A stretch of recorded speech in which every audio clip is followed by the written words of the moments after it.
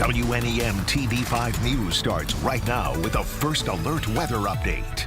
A first alert weather day with dangerously cold weather across mid-Michigan as you take a live look over Bay City and Flint. Strong winds today also making it feel even colder with wind chills, making it feel like it's in the single digits and below zero as the night continues. First alert Chief Meteorologist Chris Eastlick joins us now. How cold are we going to get tonight, Chris? Yeah, at least we expect wind chills to be around 5 to 15 degrees below zero much of the time. Potentially could go lower in that at times, but I do think that range is most consistent as we go through tonight. And our winter weather advisories continue right through 7 and 10 a.m. tomorrow, depending on which county you're in.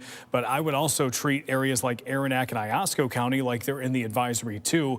They're probably just not included because of something with criteria, but I think those areas still need to watch out for regions of blowing snow and also the cold wind chills as well. Our temperatures tonight are primarily in the teens, lower and middle teens at the moment. Those temperatures will drop as we go through tonight with many near and below zero. And then our wind chills, of course, will be even colder than that. We're already around 5 to 10 degrees below zero in many spots. And of course, we'll be getting colder as the night goes on. Our sustained winds northwesterly between 15 and 25 miles per hour. Easy to see why we're getting a wind chill.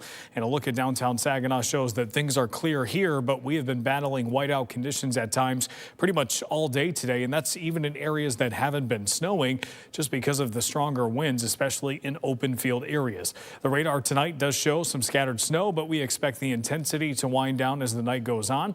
Your sky tracker shows that most of it is just moving to our north and to our south and west for the time being, but could return at times for tomorrow, but much less coverage than what we had today. Your wind chills the next 12 hours will drop again to about 10 to 15 degrees below zero.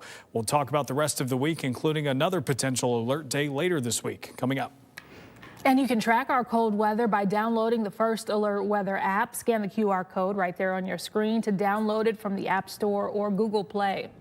And with mid-Michigan entering a prolonged cold stretch that is expected to last at least through the end of January, members of the homeless community may seek shelter to get out of these elements. As we reported, the overnight drop-in center at the Good Samaritan Rescue Mission in Bay City is now open. TV5's James Felton caught up with the CEO of the Rescue Ministries of Mid-Michigan to see how things are going there. James? So far, it's been a real blessing that we've been able to be open, obviously with the spike of cold weather that's happening. Dan Streeter talking about the overnight drop-in center at the Good Samaritan Rescue Mission in Bay City. The CEO of the Rescue Ministries of Mid-Michigan tells us a steady stream of people are utilizing this newly renovated space. 23 unique individuals have come through the doors.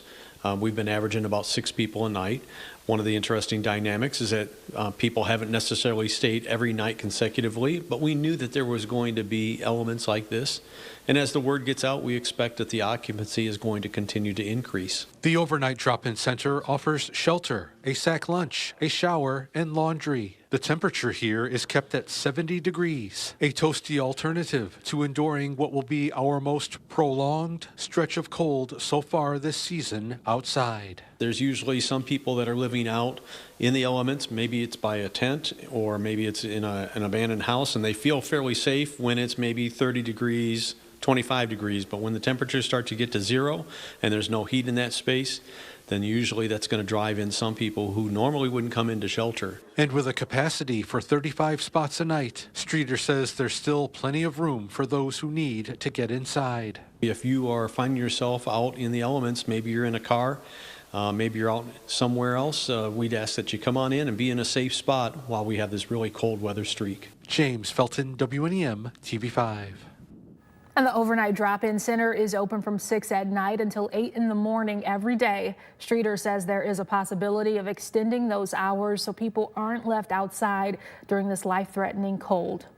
And in Midland County, Midland's Open Door has 2 shelter locations, one on Buttle Street and the Women and Children's Center on West Carpenter.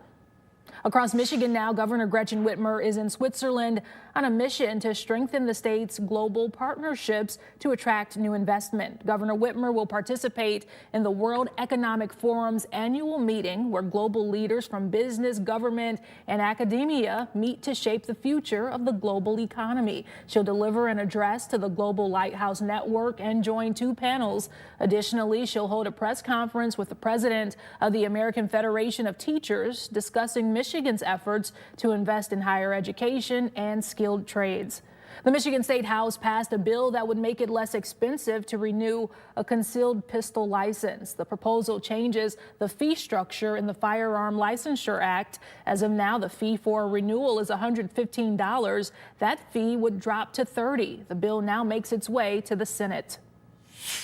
We need to just make sure we don't forget about how Martin Luther King impacted our lives. The things that we're going through today are just some of the feats of what he did back when they marched in many type of much more adverse situations as we're doing today in the cold. Braving the cold weather today in Saginaw to honor Dr. Martin Luther King Jr. during the 30th annual Unity celebration. Dozens marched from Franklin Street to the Dow Event Center for a luncheon. Revered Andre Spivey delivered the keynote address and says he hopes people understand that there is still work to be done to accomplish Dr. King's dream. We can't depend on just our neighbor or my family or my leader or my church or politician. We all have a part to do, whether you're 2 or 92, black, white, educated, non-educated, we have to get to work, using our hands, our feet, our resources, our mind, and working together. If we all did our part just a little, it'll make a difference for everyone around us. This year's theme is Mission Possible, protecting freedom, justice, and democracy in the spirit of nonviolence. In Flint, hundreds of volunteers coming together today to honor Dr. King's legacy through service. TV5's Zain Omer joins us from the heart of the action.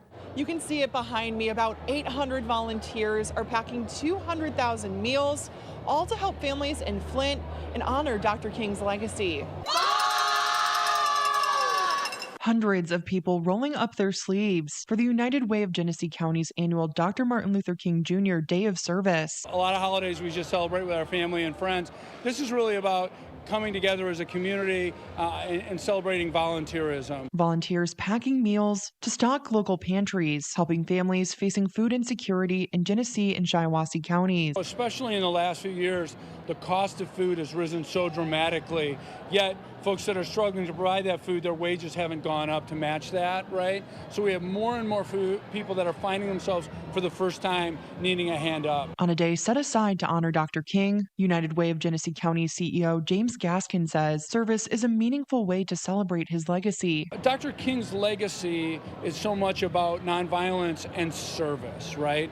And really today we're celebrating that service piece of his message by lifting up community together. For some, volunteering has become a yearly tradition. This would be my third year. It's just nice knowing that we're helping and making a difference. But for others, this was their first time. I've been doing a whole lot in our assembly line. We've filled up some bags with different rices and grains and beans, and I really like just hyping up our team. The next generation also continuing to carry the message of serving others. Having fun with your friends and spreading kindness to other people. I've been doing the station where we put on the stickers, then we package them into the box, and then we yell our team name, which is really fun and exciting. It's not just helping people, it's also teamwork. We're all working together to help. Showing unity in the community. You're bringing together people of all different backgrounds, all different ages, all different experiences, and celebrating together to make the world a better place. We think that's kind of doing exactly what Dr. King would have us do in his memory. These meals will start going out as early as today. Reporting in Flint, Zane Omer, WNEM TV5. All right, Zane, thank you. And the Castle Museum held its third annual Martin Luther King Jr. Teach-In, celebrating King's legacy through interactive learning and meaningful dialogue. The free event had participants explore learning stations featuring a variety of activities designed for all ages. It's important that we look at this history and reflect on it because we still have a lot to learn from the civil rights movement. We're not done with this movement. We're not done with thinking about being neighbors to one another and how we can all work in communities.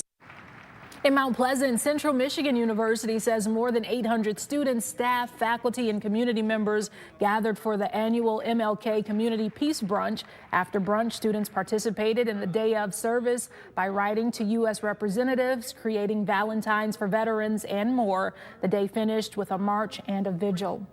More local news now. With new housing under construction in Bay City, commissioners are looking at how to bring more grocery stores to the city. The resolution says there are few grocery stores within easy walking or biking distance near the under construction residential building on Columbus Avenue and near the city core. Criteria under the Commercial Rehabilitation Act must be met, which means they would need to be less than a mile from any multi-unit housing complex. Grocery stores that meet the requirements would get preference for a tax abatement or other property tax incentives. Commissioners will meet tomorrow at 6 at City Hall.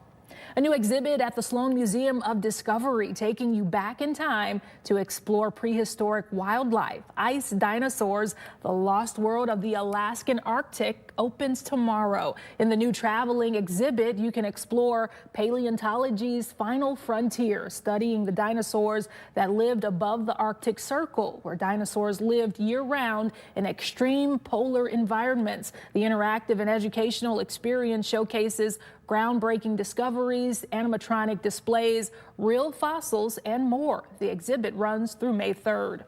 A first-of-its-kind winter party coming to Bay City. Drift Shoreside Beer Garden, inviting your family to the Freeze Fest. The activities planned for all ages after this break.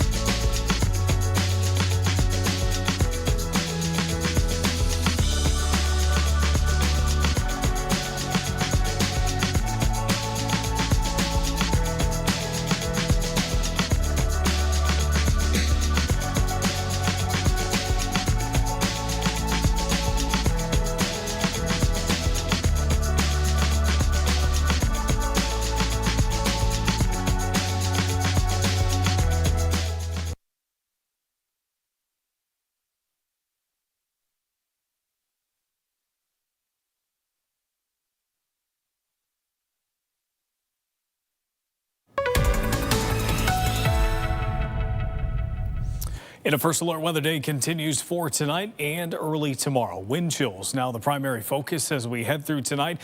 But even though the snow is slowing down, the wind is still pretty gusty at times. So we do want you to still be aware of areas of blowing and drifting snow, along with reduced visibilities that have occasionally produced whiteout conditions for today. We also expect wind chills to be between about 5 and 15 degrees below zero through Tuesday morning, and occasionally dropping even a little bit colder than that. I just don't think those numbers that are colder than -15 are going to be quite as consistent as that range. A live look at downtown Flint tonight, where things have slowed down also with the snow. We did have a snow squall warning in the vicinity of Flint earlier today, and a pretty heavy snow squall that actually went through, but it seems like that has gone away, and we've got a couple of lower visibilities here and there, but nothing quite like it was earlier today, at least being reported from the actual observation sites. First alert pinpoint Doppler radar shows we still have some snow showers here and there. I think these will be possible through at least the first couple of hours of the overnight. I think the coverage much less. Temperatures will drop off quite a bit. And then as we head towards tomorrow morning, I think we actually have a chance to see a little bit of sunshine here and there as we start our Tuesday before things cloud up a little bit more, as they typically do in the afternoon this time of year. I think our high temps will primarily be around the teens, so not anticipating really a big warm up from start to finish tomorrow with the actual temperatures. And I think your wind chills, of course, will be much colder than that. And then our focus as we head into Tuesday night and early Wednesday will be on a round of snow that's expected to move in for Wednesday morning. This will likely become more widespread by the time we get to about 6 and 7 o'clock. The bright side to this is as the day goes along, our temperatures will actually get a little bit warmer, not above the freezing mark, or at least that's the way it looks right now. But road treatments will likely be much more effective at these temperatures. So I think the cleanup on Wednesday will be a little bit easier than, say, it was today, where you've got those cold temperatures underneath. So this is what we're watching for Wednesday, and then I think another cold day as we head towards the end of the week on Friday. Snowfall accumulations from this point forward through 8 o'clock tomorrow morning, relatively light. I would say an inch or less, most well under that mark if you see even any accumulation at all. And your lows tonight will drop down into the single digits, and also well below zero, or well below average, which is right around 16. There will be some areas I think that do fall below zero. As for your highs on Tuesday, mostly in the teens. Average is a bit closer to 30, so we're roughly about 15 degrees below where we typically are this time of year. And then our temperatures will feel, of course, much colder than that. We've got 5 to 15 degrees below zero right through tomorrow morning. This is 5 o'clock on Tuesday as many of the commutes get started. We fast forward to 8. We're still roughly in that range. And then as we head towards the afternoon, we're still even below zero at what is typically the warmest part of the day. So not much improvement tomorrow. I think we'll actually come up above positive territory once we get into Wednesday morning ahead of our next chance for snow. We do have an alert day for Friday. A lot of time for things to change, so stay tuned on this one. But similar values to wind chills on Tuesday are expected as we wrap up the week. But we also think there's a potential for maybe even some colder wind chills than that. We're just not necessarily ready to put it in writing just yet as far as taking it to the bank, so stay tuned. But we do think closings or delays are possible, and I think it would be more of a closing because it does seem like it would be more of an all-day thing. But we'll keep you posted on that through the week. I also think a pretty cold start to the weekend on Saturday, and not much better on Sunday, and we're likely starting next week in the teens as well. All right, Chris, thank you. And as we know, cold weather brings some serious risks to your health. It can even be deadly. TV5's Zane Omer explores those dangers and how you can prevent them. Have been seeing patients come in with injuries and illnesses from the extreme cold temperatures. We anticipate to see more, unfortunately, with the upcoming 1 to 2 weeks of the extreme cold temperatures. Dr. Elizabeth Pionk is a hospitalist at McLaren Bay Region. She says the low temperatures bring big concerns. Hypothermia being dangerously low body temperatures, frostbite being freezing of skin or tissue. Dr. Pionk says hypothermia typically starts with shivering and can escalate to confusion in severe cases. For frostbite, warning signs are numbness, tingling, and the hardening of skin, as well as pain, making it important to seek professional help if you experience symptoms. In early signs of hypothermia or frostbite, we recommend getting out of the cold and starting to try to rewarm, whether it be putting your hands underneath your arms armpits or putting your arms and hands against your stomach, against your own body heat to try to rewarm. Drinking hot fluids can certainly help as well. Dr. Pionk says the change in atmospheric pressure can also worsen headaches, sinuses, and breathing, as well as different types of lung conditions, asthma, COPD. All of those things can be exacerbated just because there isn't enough humidity. And the dry air can put people more at risk for respiratory illnesses. We use humidity within our nasal passages, oral pharyngeal passages as a protectant, really. And so when we don't have enough moisture in our mucous membranes, it increases our risk of contracting viral illnesses. If you have to go outside, she says bundling up is the best way to stay healthy. We always recommend a 3-layer system. And so with the inner layer being your moisture wicking layer. So we recommend not necessarily cotton, but anything that helps keep sweat away from our skin. The second layer being our insulating layer, so wool or fleece.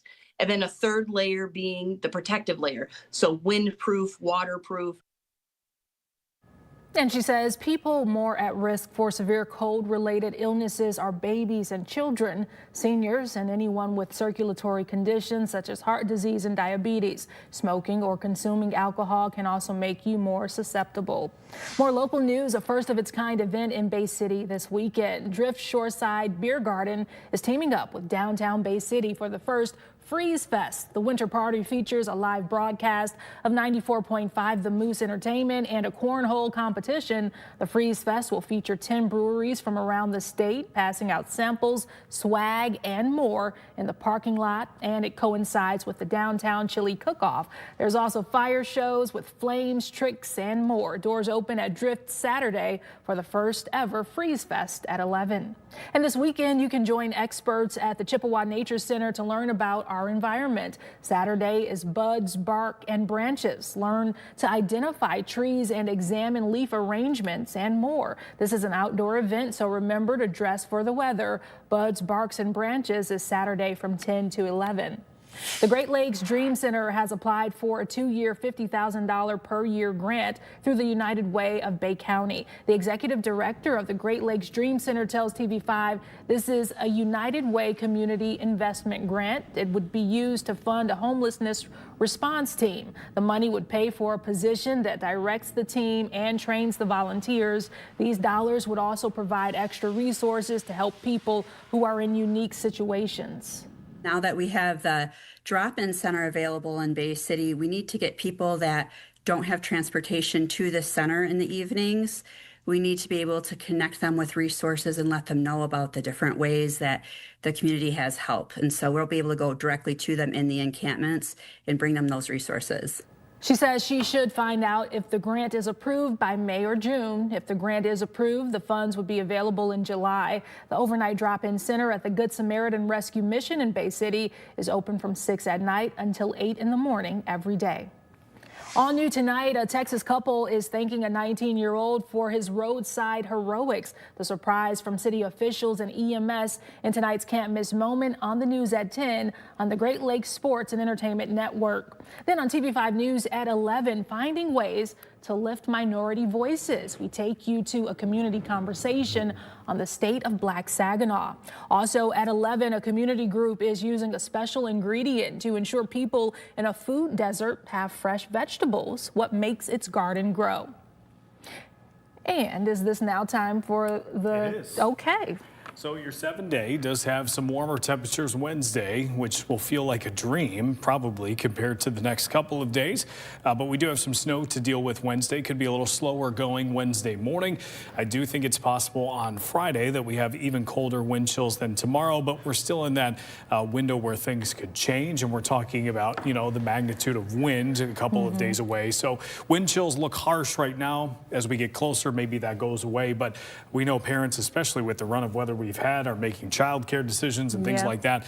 So we just wanted to highlight that Friday could be a day that maybe have a backup plan in the back of your mind. Yeah, it's definitely standing out right now. Thanks, Chris. And if you want to hear more about the weather, go a little bit more in depth, you can head over to our digital live stream at 9 tonight. Join the stream at WNEM.com, on the TV5 YouTube and Facebook pages, on our Roku and Fire Stick channels, and on the TV5 News app. That's it for us. Thanks for watching WNEM Evening Extra. Keep up with us as the news breaks online, on our app, or on social media. Join us back here at 11.